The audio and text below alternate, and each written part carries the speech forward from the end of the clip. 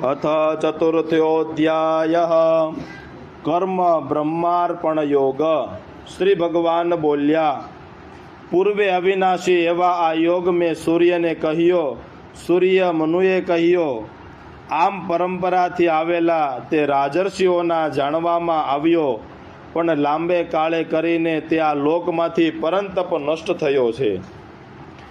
તેનો તેજ આ પુરાતન કર્મયોગ આજે મેં તને કહ્યો, કારણ કે તું મારો ભક્ત છે અને મારો મિત્ર છે। અર્જુન બોલ્યા, આપનો જન્મ તો હમણાંનો છે અને સૂર્યનો જન્મ તો આપની પહેલા થયો છે, માટે આપે પ્રથમ સૂર્યને આ યોગનો આદેશ કર્યો હતો, એ કેમ બને?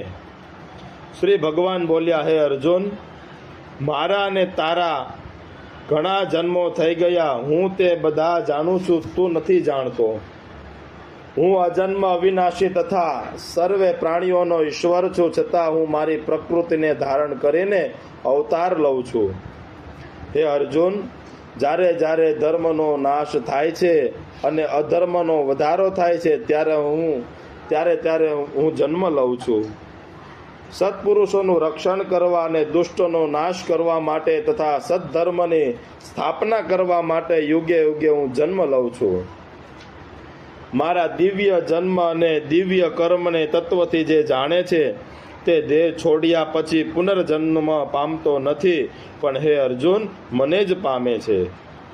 જેના રાગ ભય અને ક્રોધ છૂટી ગયા છે, એવા તન્મય થયેલા અને મારે આશ્રયે આવેલા અનેક લોક જ્ઞાનરૂપી તપથી પવિત્ર થયેલા મારા સ્વરૂપને પામ્યા છે। જેઓ મનને જેવી રીતે ભજે છે તેમને તેવી જ રીતે હું ફળ આપું છું। હે પાર્થ, ગમે તે પ્રકારે પણ મનુષ્ય મારા જ માર્ગને અનુસરે છે। કર્મની સિદ્ધિ ઈચ્છનારા મનુષ્ય આ લોકમાં દેવતાઓને પણ પૂજે છે, તેથી ધારેલા કર્મફળ આ મનુષ્યમાં ઉતાવળે પ્રાપ્ત થાય છે। મેં 4 વર્ણની વ્યવસ્થા ગુણ અને કર્મના ભેદ પ્રમાણે સર્જી છે। હું તેનો કર્તા છું અને હું જ અકર્તા, એટલે તે ન કરનારો છું એવું લક્ષ્યમાં રાખ। મને કર્મનો સ્પર્શ લાગતો નથી, કારણ મને એમના ફળની સ્પૃહા નથી। આમ મને જે જાણે છે તે કર્મથી બંધાતો નથી। આમ જાણીને પૂર્વના મુમુક્ષુ પુરુષોએ કર્મો કરેલા છે, માટે તું પણ પૂર્વજો કરતા આવ્યા તેમ કર્મ જ કર। કર્મ શું અને અકર્મ શું એ વિશે ડાહ્યા પુરુષો પણ ભ્રમમાં પડે છે, માટે કર્મ કયું તે હું તને કહું છું, જે જાણવાની તું પાપમાંથી મુક્ત થઈશ। કર્મ અને વિકર્મ કોને કહે છે તે પણ સમજવું જોઈએ। કર્મની ગતિ ગૂઢ છે। કર્મમાં એ અકર્મ જુએ છે અને અકર્મમાં જે કર્મ જુએ છે તે લોકોમાં બુદ્ધિશાળી ગણાય છે। તે યોગી છે અને સંપૂર્ણ કર્મ કરવાવાળો છે, જેના સર્વે સમારંભનો કામ અને સંકલ્પો રહિત છે, તે જ જ્ઞાનાગ્નિ બળી ગયા છે। આવા કર્મવાળાને જ્ઞાનીઓ પંડિત કહે છે। કર્મોની આસક્તિ છોડીને સદા તૃપ્ત અને નિરાશ્રય કર્મમાં દટાઈ ગયેલો હોય તો પણ તે કંઈ જ કરતો નથી એમ કહેવાય। ફળની આશા છોડનાર અને ચિત્ત તથા દેહનો નિયમન કરનાર સર્વરોગથી સંગથી યુક્ત થયેલા છે। કેવળ કર્મેન્દ્રિયો વડે કર્મ કરનાર પુરુષ કર્મ કરતા છતાં દોષિત થતો નથી। સહજતાથી જે પ્રાપ્ત થાય છે તેથી સંતુષ્ટ, સુખ દુઃખાદી દ્વંદ્વથી મુક્ત, દ્વેષ વિનાનો અને કર્મથી સિદ્ધિ થાવો યા ન થાવો તે બંને સરખા જ માનવાનો પુરુષ કર્મ કરતા છતાં પણ પાપ પુણ્યથી બાંધ્યો બંધાતો નથી। જે નિષ્કામ છે, રાગથી રહિત છે, જેનું ચિત્ત જ્ઞાનમાં મગ્ન છે તથા ઈશ્વર નિમિત્ત કર્મો કરે છે, તે મનુષ્યમાં ઈશ્વર નિમિત્ત કરતા સર્વ કર્મ વાસનાવાળા છતાં પણ લય પામે છે।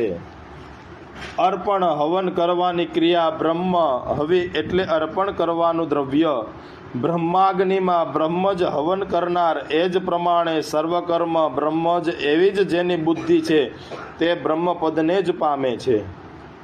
વળી બીજા કેટલાક યોગીઓ બ્રહ્મબુદ્ધિ રાખવાને બદલે દેવાદિકના ઉપદેશથી યજ્ઞ કરે છે અને બ્રહ્માગ્નિમાં જ યજ્ઞ વડે યજ્ઞને હોમે છે. વળી કેટલાક શ્રવણ આદિ ઇન્દ્રિયોનો સંયમ રૂપે યજ્ઞ કરે છે અને કોઈ શબ્દાદિ વિષયોને ઇન્દ્રિયાગ્નિમાં હોમે છે. વળી બીજા ઇન્દ્રિયોના અને પ્રાણના પણ સર્વ કર્મ આત્માનું સંયમ રૂપ યોગના અગ્નિમાં હોમે છે. આમ કોઈ યજ્ઞાર્થે દ્રવ્ય આપનારા હોય છે, કોઈ તપ કરનારા હોય છે, કેટલાક અષ્ટાંગ યોગ સાધનારા હોય છે, જ્યારે કેટલાક સ્વાધ્યાયને યજ્ઞ કહે છે. આ બધા તીક્ષ્ણ વ્રતધારી પ્રયત્નશીલ યજ્ઞિક છે. બીજા કેટલાક આહારને સંયમિત કરીને પ્રાણને પ્રાણમાં જ હોમે છે, જેમ ને યજ્ઞો વડે પોતાના પાપોને ક્ષીર્ણ કર્યા છે, એવા આ બધા યજ્ઞને જાણનારા છે. હે કુરુસત્તમ અર્જુન, યજ્ઞમાંથી એક યજ્ઞ પણ કરતો નથી, તેને આ ક્ષણિક સુખમાં મનુષ્ય લોક પણ ફરીને મળતો નથી, ત્યારે પરલોક તો ક્યાંથી જ મળે.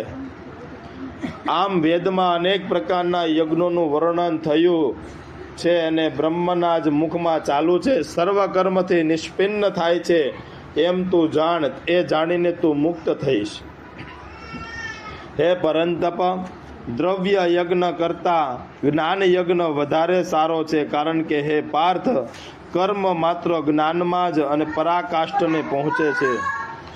તત્વને જાણનારા જ્ઞાનીઓની સેવા કરીને બંને નમ્રતાપૂર્વક પ્રશ્નો કરીને જ્ઞાન સંપાદક કર અને જ્ઞાની પુરુષો તને જ્ઞાનનો ઉપદેશ કરશે. તે જ્ઞાન પામ્યા પછી હે પાંડવ, ફરીને તને આ મોહ થશે નહીં અને જ્ઞાનના યોગથી સર્વ ભૂત માત્ર મારામાં છે તે તને જણાય આવશે. સર્વ પાપી મનુષ્યથી પણ વધારે પાપી હઈશ તો પણ આ જ્ઞાનરૂપી નૌકાથી તું સર્વ પાપમાંથી તરી જઈશ. ત્યાર પછી હે અર્જુન, જેમ પ્રગટાવેલા અગ્નિ કાષ્ઠોને ભસ્મ કરે છે, તેમ જ્ઞાનરૂપી અગ્નિ પણ બધા કર્મોને બાળીને ભસ્મ કરે છે.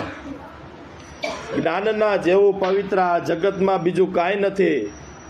તે જ્ઞાન કાળ કરીને જેને યોગ્ય કર્મયોગ સિદ્ધ થયો છે તે પુરુષ પામે છે. આ જ્ઞાન અને શ્રદ્ધાવાન ઈશ્વર પરાયણ અને જીતેન્દ્રિય પુરુષને થાય છે.